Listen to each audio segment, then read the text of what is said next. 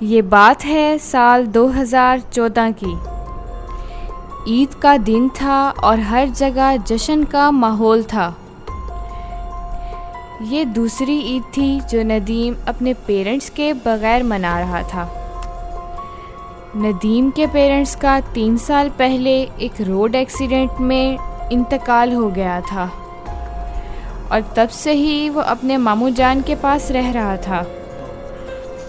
اس سال ماموں کے گھر عید کی زبردست دعوت چل رہی تھی، جہاں اس کے سارے رشتہ دار موجود تھے، لیکن وہ اتنے سارے لوگوں کے ہونے کے باوجود بھی خود کو بہت زیادہ اکیلا محسوس کر رہا تھا۔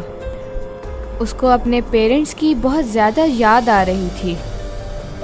ندیم کے کزنز مبین اور مدثر اس کی فیلنگ سے انجان اس کے لیے رس ملائی لے کر آئے، لیکن اس کا اداس چہرہ دیکھ کر اس کا موڈ ٹھیک کرنے کا پلان بنایا اور اس کو سلمان خان کی فلم کک دکھانے لے گئے۔ ندیم سلمان خان کا بہت بڑا فین تھا اور وہ اپنے فیوریٹ سپر سٹار کی مووی کو مس نہیں کرنا چاہتا تھا۔ رس ملائی کھاتے کھاتے وہ اپنے دونوں کزنز کے ساتھ مووی دیکھنے چلے گئے۔ عید کے دن ریلیز ہونے والی مووی کک ہر جگہ ہاؤس فل جا رہی تھی اور ان لوگوں کو کہیں بھی مووی کے ٹکٹس نہیں مل رہے تھے۔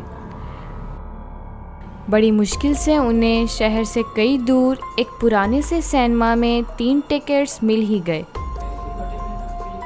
ندیم سلمان خان کی مووی دیکھ کر بہت خوش ہوا اور اس کا دھیان پرانی یادوں سے بھٹک گیا۔ ان تینوں بھائیوں نے مووی خوب انجوائے کی اور پھر وہ واپس اپنے گھر کی طرف نکل پڑے۔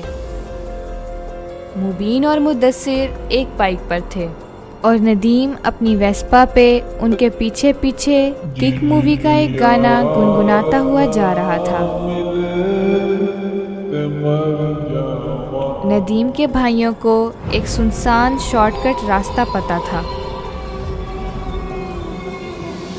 تو گھر جلدی پہنچنے کے چکر میں انہوں نے وہ راستہ لے لیا۔ ندیم بھی ان کو فالو کرتے ہوئے ان کے پیچھے چل پڑا، لیکن اس کو اپنے دونوں بھائیوں کی بائک نظر نہیں آ رہی تھی۔ وہ پھر بھی گانا گنگناتا ہوا آگے چلتا گیا۔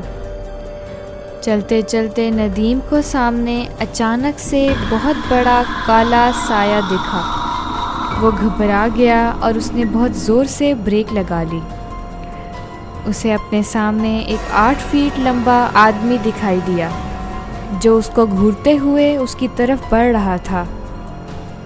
ندیم ڈر کے مارے سن ہو گیا اور اس میں ہلنے کی بالکل بھی طاقت نہیں تھی۔ ندیم کو اندھیرے میں بس اس کے بکھرے ہوئے بالوں کے بیچ سے اس کی بڑی بڑی نیلی آنکھیں دکھ رہی تھیں۔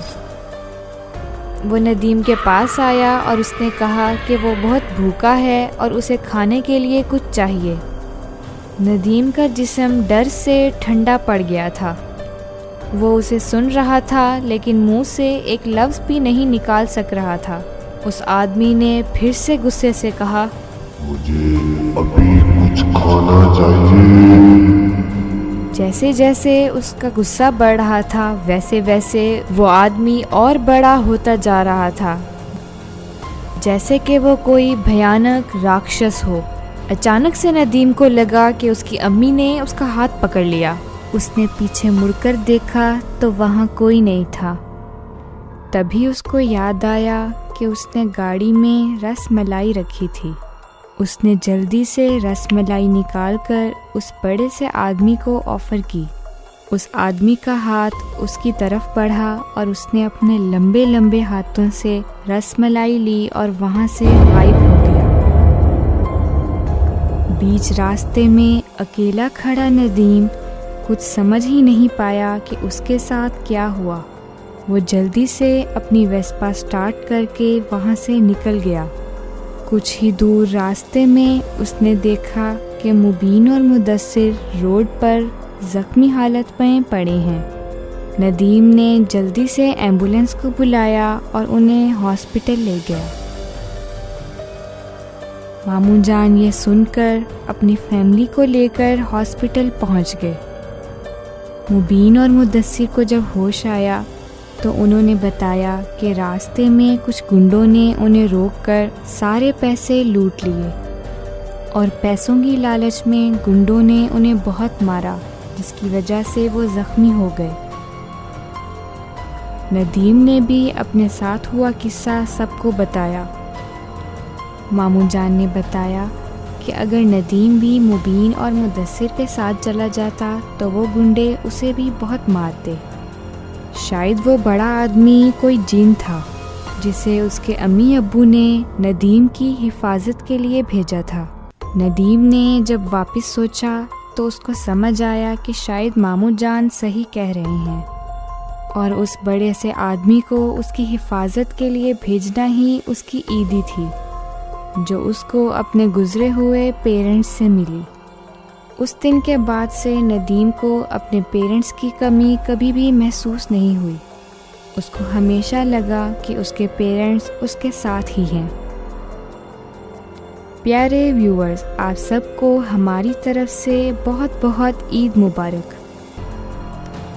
اگر آپ کو ہماری یہ کہانی اچھی لگی تو ہمارے چینل کو لائک کریں، سبسکرائب کریں اور بیل آئیکن آل پہ کر دیں۔ Thanks for watching.